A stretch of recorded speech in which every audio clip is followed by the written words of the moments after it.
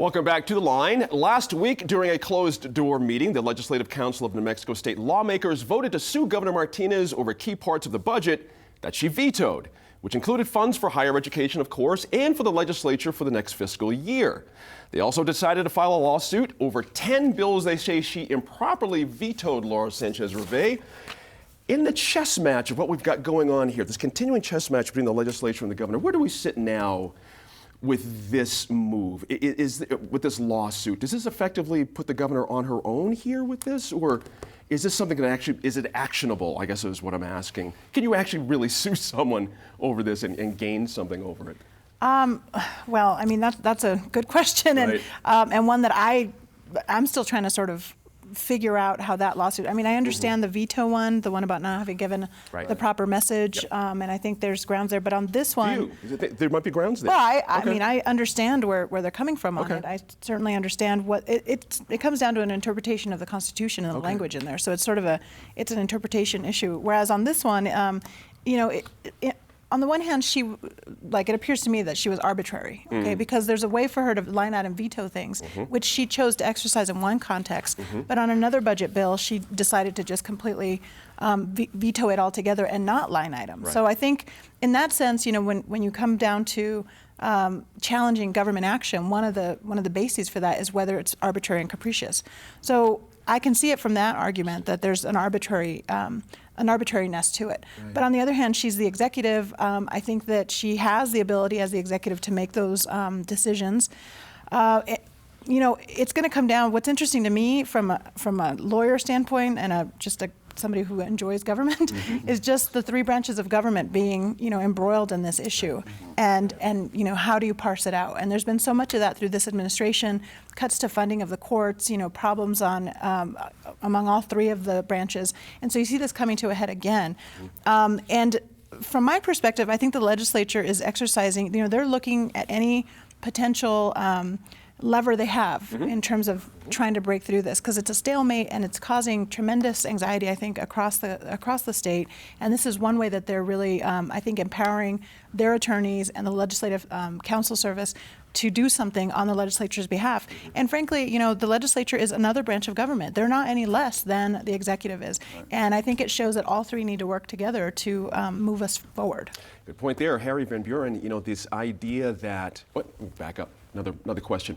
There was a press conference by the governor, believe it or not, in Taos in the last couple of days. She actually stood in front of people and spoke with them. But she kept making the point that what she was doing, the reason she did what she did was because what was sent to her was not constitutional. What did you make of that argument?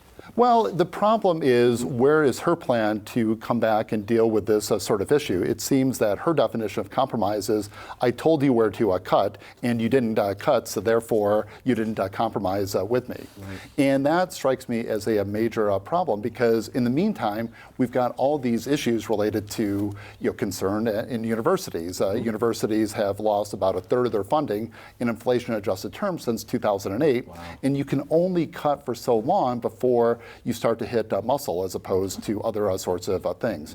In my department, for example, we're losing, out of our 10 tenured and tenure-track faculty, 2 of them are going to other schools, and you can't really do that. So 2 out of 10 is a pretty big percentage. Yeah, for 1 year, and then every year we sort of anticipate similar sorts of things happening.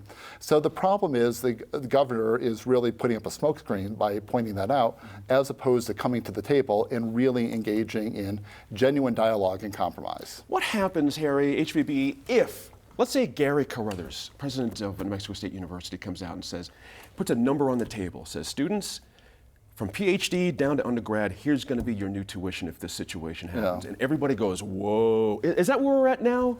Where people really need a stark reality of what's going to cost out of your pocket to go to school? I think that's exactly right. You've got to, the level of state funding is still very high here relative to other states. New Mexico higher education is a really good deal as compared to other places where Illinois, for example, you know, it's pushing $20,000 a year. Here, because we're really committed to access for folks in an economically poor state, we've worked very hard to keep it affordable. And the flip side of that is the state has to come and provide funding, and you can't cut and cut and cut and then expect faculty members not to get raises and to pay increased health insurance costs and have utility costs go up. without something having to give. Good point there. Appreciate that. Sophie, we've got signatures happening amongst Democratic legislators for an extraordinary session. What would you think would happen if enough signatures did actually come about? Oh, if we had enough signatures. Meaning implying enough Republicans joining. And we don't in need those that. signatures. Frankly, we don't need that many Republicans to sign. You need, counted on one hand, Right. Republicans to sign up for that. So an extraordinary session as opposed to now I'm forgetting, special session, right. thank you, is one in which the legislature itself sets the agenda, makes a decision about what will be heard and what won't. There's this, this sort of horrible game of brinksmanship that's happening. Right. So if that happens, do we think the governor will sign anything that comes out of that extraordinary session? Right. And then what, as they say? Right, Exactly. I don't know. But, going back to the university issue, our state universities are required to submit budgets, and at this point, budgets of zero? I'm not sure. That's right. And they're due on May 1st. On May 1st, at Right. the end of this, no guidance, at the end of this month, and an increase in tuition also increases our obligations under the lottery scholarship. Unless that changes, lottery scholarship is on a percentage of tuition basis, and so suddenly we have that coming back to us as well. So there are tools that students might use in order to be able to continue their degrees, but if the part that you have to pay gets so much higher, at what point do you start thinking that out-of-state tuition in Texas or Colorado or Arizona or any of those states That's right. isn't so different from what you're paying here? That's a good point. At one point, Janice Arnold-Jones, does the rhetoric have consequences? And does that, in fact, radiate back to the governor? I'm curious if she realizes the amount of doubt that she's put out there across the land. If say, like, you're one of Harry's students, faculty members, I mean, what do? You have to take care of your own life. And if there's doubt, that does not help us at all. Well, and I agree. And part of the discussion across the board is it sounds like all of this is happening right now. So what is happening really is it is affecting the planning. People are trying to plan, but does it affect the budget today? No. Gotcha. We have a budget that is operating through June 30. It does affect next year. It does affect the reports that we're putting in. But I look at this whole question, and I'm sad that the council service met in private, but I know that there would not have been a legislator in there who would like to have it be public, because if you are a legislator, you are bound to uphold the Constitution, and the Constitution requires that you defend your branch of government. And I don't think that the governor has a leg to stand on axing the entire legislative branch. But again, we are still operating, there's money until June 30th. But I will challenge the governor. She actually accepted part of a budget. She vetoed all the taxes. But can you make based on what she said, I want it to budget by the Constitution, then why didn't she simply go through and carve out things that actually could have gotten you into balance? That's right. So this is really a very much throwing the glove on the table, going, I want to fight. But doesn't that mean that she has to then, if she did that, she'd have to take responsibility for cutting things that New Mexicans care about? And she seems sufficiently, and in my mind, she's sufficiently tone deaf. That's got to be a pretty terrifying thought, because I don't think she knows what New Mexicans care about, really. Is she fundamentally alone here, Laura Sanchez-Rivey? I mean, I was joking on email between all of us here that press conference in Taos at that podium was so awkward. She was so alone there. You had people basically heckling her, yeah. not 10 feet from her face. It was Right. amazing that way. I found that very interesting when I was watching. As somebody who has staffed political people, spent more time you than I have. care to admit, assisting a person who's in a public light. I was very surprised that none of her staff did anything, or it didn't appear did anything to come and sort of address the heckling. And there's ways that you can do that. She was very much alone there, and the wind it was just such a mess.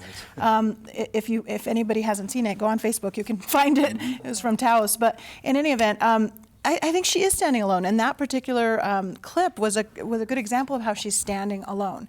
And she's got a lot of people that are criticizing her. And if we sort of go back to the 2010 race and everything that she talked about, how she wanted to improve education. I mean, wow, how about really taking us a step back by saying, I'm going to cut university spending altogether. There's going to be no money for that. There's going to be not enough money for school districts such that they will have to cut things like sports and other essential services. Right. I mean, we talk about how the university budgets are due May 1st. Normally, the school budgets are due mid-April. They've gotten an extension now because of this forgot about that. quagmire. That's right. And so there's it's a huge problem. And I think this, unfortunately, is going to be her legacy because there's just so much anxiety around the state about it. Right. But don't you think that she, as in terms of negotiating, and I don't know how you negotiate as a prosecutor, but as the days go by, I see less and less of an ability for the governor to negotiate. She has no chips left. Have I missed something here? I agree with you. What happens if the session, in fact, happens and legislators say, okay, we're going to call your bluff. We're actually sticking where we are. Where does the governor go from there? I think that's your point. It just, it's interesting. Harry, where do we go from here for higher ed? I mean, somehow some thought has to get across that Right. you have to have priorities in life. Absolutely. And if we're behind the 8 ball here, we're trying to play catch up. You can't muck with education. I'm Right. sorry, you just can't do it. How do we get that across to our administrators, our governor, I guess, I think it's a really tough thing to figure out because there's an ideological divide here. It seems that it's not just about higher education. It's really about the role of government in the state. And for those of us in higher education, I mean, we're really committed to the mission of the state universities. We think they're incredibly important. But it's just not reasonable to say, we expect you to do better and better things with less and less money, and you can figure it out. At some point, Right. it's just not going to work. Right. I want to stay with you, HPB, for another thing, too. Just kind of hit us. The idea, you mentioned earlier about folks leaving. The cycle of recruiting, how long Yeah. does it take for you to recruit someone? Right. As they say in business, the cost of acquisition. Yeah. You know what I mean? It's time in a university setting. It's Right. more than money, it's time. You can't just replace people in 30 days, I would imagine, right? I mean, No. Well, we are, for example, in my department at the Anderson School of Management, thinking about recruiting for next September. So the cycle starts now because we've got to recruit at our annual meeting, which is called the Academy of Management. So we're talking about a cycle that can go 14, 15 months. So you limp along during that period of time. The other thing that really doesn't get talked about is when you bring a new faculty member on board, that faculty member has to focus on getting tenure and other things like that, focus on building a research record. And so that faculty member is going to be less able to participate in things like curriculum and other sorts of activities. So if you're really trying to think about the capacity of the university, a really good way to hollow it out is to have this constant cycle of folks who are leaving. Interesting. Oof, that hurts just hearing you say that. That's all the time we have for that one. Now, when we return to this line, we'll look at the effect of a White House proposal to cut funding to the nation's long-distance rail system.